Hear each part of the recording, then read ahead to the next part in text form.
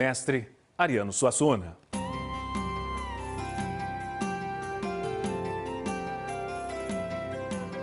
Quando eu recebi o convite para participar aqui do NETV com o canto de Ariano, um dos motivos que me levaram a aceitar foi que eu vi que eu podia continuar através da televisão as aulas de espetáculo que eu vinha dando e nas quais eu tentava defender a cultura brasileira. Então foi assim que eu passei a encarar esses momentos que eu vivo aqui na televisão, como se fossem pequenas aulas, espetáculo, através das quais eu pudesse continuar. Eu estou continuando o trabalho que desenvolvi ao longo de todos esses anos. As pessoas que me conhecem sabem que eu sou cismado com avião. Não sei se sabem que eu sou cismado também com elevador, principalmente os elevadores que não tem assessorista. No dia em que eu fui tomar posse no Conselho Federal de Cultura, passei uma das maiores humilhações da minha vida. Era no 7º andar do antigo Ministério da Educação, no Rio de Janeiro. E quando eu lá cheguei, que entrei, era um elevador grande e sem assessorista. Eu entrei, sabia que era no 7º andar, entrei no elevador. Quando eu liguei o número 7, o elevador começou a subir, de repente parou e as portas se abriram defronte de uma parede. Imediatamente eu fiquei apavorado, me abaixei e gritei: "Menino do elevador!" Quando ouvi, foi uma voz atrás dizendo: "A saída é por aqui." Era desses elevadores que a gente entra pela porta da frente e sai por trás. Quando eu me virei para sair, estava todo o Conselho Federal de Cultura reunido e assistir essa cena ridícula de um sertanejo humilhado pelo fato de não saber nem lidar com o elevador. A história que eu vou contar hoje é do tempo da minha juventude, aqui no Recife. Eu saí com meu irmão Marcos, imagine, faz tanto tempo, que era um tempo que a gente tomava banho de mar em Olinda e voltava de bonde para o Recife. E tomamos um banho de mar em Olinda e tomamos um bonde para voltar e parava lá no Recife Antigo. E lá no Recife tinha um bar ou um restaurante, era mais um bar. E nós fomos almoçar nesse bar. E junto de nós estava um homem forte, entroncado, alto, mas forte, o cabelo cortado bem baixinho, fumando um charuto, acompanhado de 2 senhoras e mais uns 2 homens e sentados numa roda. E esse era um cidadão inconveniente, porque ele começou a dizer, eu não sei se as pessoas que estão me ouvindo sabem, mas eu sou paraibano, eu e todos os meus irmãos. Pois bem, esse homem que estava lá começou a dizer em altas vozes: "Todo paraibano que eu conheço é frouxo e safado." Aí Marcos olhava para mim, olhava para Marcos, aí daqui a pouco ele disse: "Olha, por exemplo, no Recife é cheio de paraibano, aqui está cheio de gente, deve ter um paraibano aqui." Ouve eu dizer isso e não reage, não faz nada. Aí Marcos foi se enchendo, Marcos foi meio esquentado, daqui a pouco Marcos levantou-se. Quando ele se levantou, eu me levantei também. Aí parou junto deles: "Pronto, eu sou paraibano, agora o senhor faça a sua experiência." Aí ele, com muito espírito, tirou o charuto da boca e disse: "Primeiro paraibano corajoso que eu estou encontrando na vida. Quer tomar uma cerveja comigo?" "Não!" Aí, indignados, voltamos para a nossa mesa. Eu já fiz referência algumas vezes aqui no Canto de Ariano ao fato de que um dos processos de se criar o cômico é por meio do disparate, não é? Do disparate. E também já fiz referência a uma figura que na minha infância se tornou a figura emblemática do ator, o palhaço Gregório, que era o palhaço do Circo Stringini, um dos 2 circos que passavam por Taperoá, minha terra, do sertão da Paraíba, no tempo que eu era menino. E Gregório cantava uma espécie de uma serenata meio surrealista, às vezes rimada, às vezes não rimada. Se o mar fosse de leite e as ondas de coalhada, eu mandava, meu amor, um prato de tapioca. Se o mar fosse de leite e as ondas de coalhada, eu mandava, meu amor, um prato de tapioca. Eu subi num pé de coentro para tirar uns tomates. Veio o dono das laranjas, não tire os meus abacates. Eu tive o privilégio de conhecer Sivuca, eu menino, ele menino. Eu sou um pouco mais velho do que ele, mas eu estudava no Recife, morava no sertão da Paraíba e ia de trem do Recife para Campina Grande quando ia passar as férias em casa. E na estação de Itabaiana, eu via Sivuca, que já estava lá de sanfona em punho e angariando recursos para essa vitoriosa carreira hoje internacional. Desde aí me habituei a admirá-lo.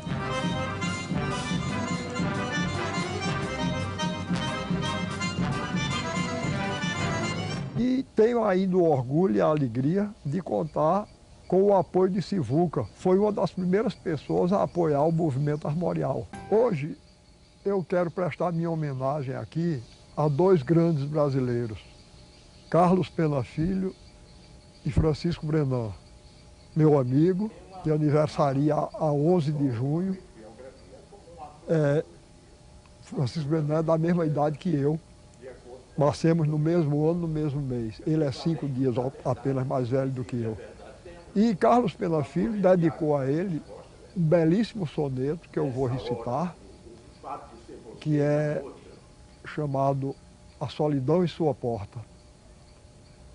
Quando mais nada resistir que valha a pena de viver e a dor de amar, e quando nada mais interessar, nem o torpor do sono que se espalha, quando pelo desuso da navalha a barba livremente caminhar, e até Deus em silêncio se afastar, deixando-te sozinho na batalha, a arquitetar na sombra a despedida do mundo que te foi contraditório, lembra-te que afinal te resta a vida, com tudo o que é insolvente e provisório, e de que ainda tens uma saída, entrar no acaso e amar o transitório. Este belo soneto foi dedicado por Carlos Pena Filho a Francisco Brenan, a quem eu presto aqui, juntamente com ele, a minha homenagem pelos seus 78 anos de vida gloriosa, dedicada a criar uma arte brasileira que coloca o Brasil no mesmo patamar da melhor arte do mundo. Eu já disse aqui certa vez, no Canto de Ariano, que eu tenho muita falta de sorte para ser barrado nos lugares de cerimônia aos quais eu compareço. E isso acontece comigo porque, primeiro, porque eu não tenho cara de autoridade, e segundo lugar, porque eu acho muito antipático chegar nos lugares dizendo eu sou fulano de tal, eu sou cicrano, eu faço isso, eu faço aquilo. Nessas ocasiões eu me limito normalmente a responder às perguntas que me fazem. Então, dentro dessa linha me aconteceu um dia, eu só fui até hoje a 2 sessões da Academia Brasileira de Letras. Uma, a da minha posse, a outra, a que comemorou os 100 anos do Dr. Barbosa Lima, sobrinho. Nessa segunda vez, eu fui vestido com essa roupa que estou usando aqui agora, e quando eu cheguei na porta da academia, o porteiro me barrou. O porteiro me barrou e disse: o senhor vai para onde? Eu disse, eu vou para a sala das sessões. Ele disse, o senhor foi convidado por algum acadêmico? Eu disse, não, senhor, não fui convidado, não. Disse, então não pode entrar, não. Eu disse, tá certo, tudo bem. A minha sorte foi que, nesse momento, Raquel de Queiroz, que estava próxima, ouviu e correu e disse ao homem, esse homem é Ariano Suassuna, ele é da academia. O porteiro ficou muito aperreado, disse, o senhor desculpe, mas o senhor por que não disse que era acadêmico? Eu disse, porque você não perguntou. Você perguntou se eu tinha sido convidado por algum acadêmico. Como eu não tinha sido, eu me limitei a responder ao que você perguntava. Então, ele me abriu o caminho, eu pude entrar para prestar a homenagem que eu queria ao doutor Barbosa. Eu tenho grande admiração por dois grandes escritores brasileiros, Euclides da Cunha e Guimarães Rosa. Mas sempre que eu vou citar um brasileiro, um escritor brasileiro fundamental para o Brasil, eu dou preferência a Euclides da Cunha, pelo fato de que ele já se passaram 100 anos da publicação de Os Sertões, de maneira que o êxito de Euclides da Cunha já está aprovado. Eu acredito que Guimarães Rosa vai ter a mesma importância que Euclides da Cunha teve e tem para o Brasil. Mas, como não se passou ainda tanto tempo sobre a obra dele, é por isso que eu dou preferência a Euclides da Cunha para citar como um dos escritores que me fazem acreditar no Brasil e no povo brasileiro. Na série que eu venho fazendo aqui no Canto de Ariano sobre grandes brasileiros, eu gostaria de falar hoje sobre Monteiro Lobato. Eu devo muito ao Lobato. Quando eu era menino, no ano lá eu tirei boas notas no estudo e minha mãe me deu de presente as obras completas de Monteiro Lobato, que exerceram uma influência enorme em mim. Eu li Monteiro Lobato, os livros dedicados à infância e à adolescência dele, eu li com encanto que ainda hoje dura. Depois, ainda hoje tem desgosto, porque em 1948, a primeira vez que eu fui a São Paulo, eu estava numa livraria e, de repente, eu avistei Monteiro Lobato, a quem eu reconheci imediatamente por aquelas sobrancelhas grossas. E ele viu que eu estava tão admirado que ele me deu a oportunidade de falar com ele. Ele disse, boa tarde, mas eu, adolescente, tímido, só fui responder boa tarde e perdi aquela oportunidade de dizer a ele o que ele significava. O grande brasileiro e grande poeta que foi Manuel Bandeira compôs um poema ao qual eu dou a maior importância, porque ele corporificou nesse poema o sonho de todo brasileiro, o sonho de todo homem, todo ser humano, de conseguir ainda aqui uma terra sem mal, um lugar onde tudo dá certo, não é? E Manuel Bandeira, com uma intuição admirável, com a grande intuição de poeta que ele tinha, compôs esse poema que se chama Pazárgada. Ele colocou sob esse nome de Pazárgada um lugar ideal onde não acontecesse nada de mal. E eu vou tentar dizer o poema para que os que não conhecem passem a tomar conhecimento desse poema. Vou-me embora para Pazárgada.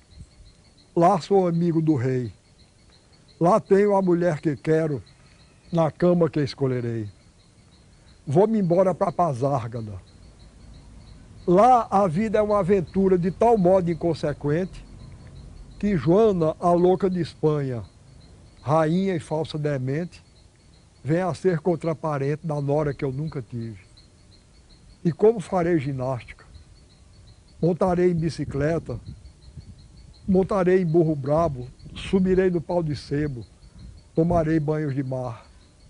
E quando estiver cansado, deito na beira do rio, mando chamar a mãe d'água para me contar as histórias que no tempo de eu menino, Rosa vinha me contar. Em Pasárgada tem tudo, é outra civilização. Tem um método seguro de impedir a concepção. Tem alcaloide à vontade, tem prostituta bonita para a gente namorar. E quando eu estiver bem triste, mas triste de não ter jeito, quando de noite me der vontade de me matar, lá sou amigo do rei, terei a mulher que quero, na cama que escolherei. Vou-me embora para Pasárgada. Sempre desconfiei de que, comparado com o português, a língua inglesa é uma língua muito pobre. Sempre achei que o português era uma língua mais rica do que o inglês. E recentemente aconteceram comigo 2 fatos que provam isso. Primeiro, eu estava em Passo Fundo, no Rio Grande do Sul, e um escritor que lá estava disse para mim: você vai ser a grande estrela aqui de Passo Fundo. Isso era verdade, mas aí o que me incomodou não foi o fato dele dizer isso, não. Foi o fato dele me chamar de estrela, que eu protestei logo. Eu disse: estrela não, astro. Eu, no máximo, posso ser um astro. E depois eu fui verificar, na língua inglesa, é uma palavra só.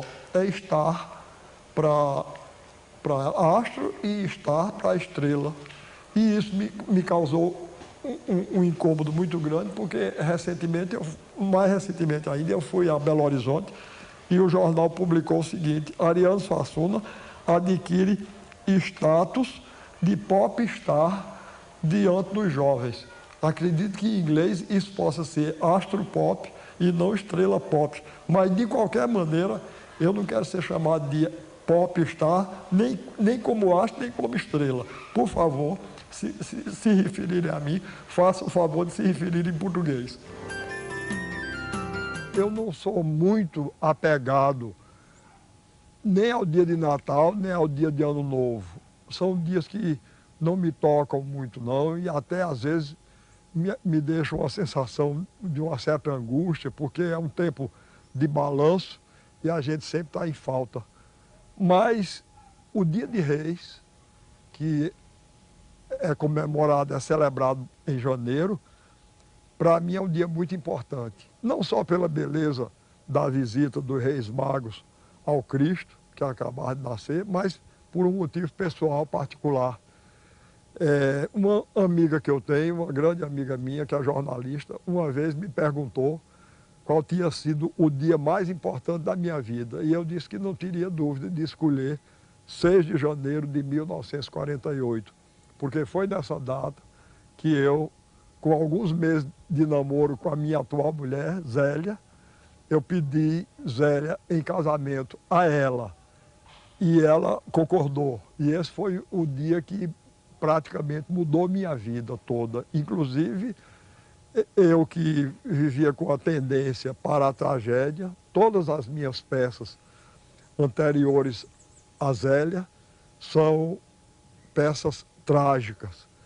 E Zélia foi quem, como eu repeti outro dia, a ela própria, numa dedicatória que fiz, ela foi quem permitiu a irrupção em minha vida do galope do sonho e do riso a cavalo. Eu tive a impressão que meu coração e meu sangue se desataram, se abriram para o mundo, e inclusive para a alegria do mundo. Eu passei por uma experiência curiosa, porque andou correndo a notícia de que eu tinha morrido. Uma filha minha recebeu o telefonema de uma moça que trabalha na imprensa, e ela indagava se era verdade que eu estava muito doente. A primeira versão era que eu estava muito doente. Minha filha desmentiu. Depois, uma outra amiga minha, Marileide, recebeu também, já dessa vez mais grave, que eu tinha ido para Paraíba e lá morrido. Ela começou a passar mal, coitada, telefonou para meu genro Alexandre e perguntou se era verdade, que disse que estava passando mal. Alexandre desmentiu a notícia. Mas eu Eu quero tranquilizar os meus amigos, porque eu não pretendo morrer nem agora, nem esse ano, nem ano nenhum. Eu não pretendo morrer nunca. E é por isso que eu já escrevi um soneto que conclui assim: por isso não vou nunca envelhecer. Com meu cantar supero o desespero, sou contra a morte e nunca hei de morrer.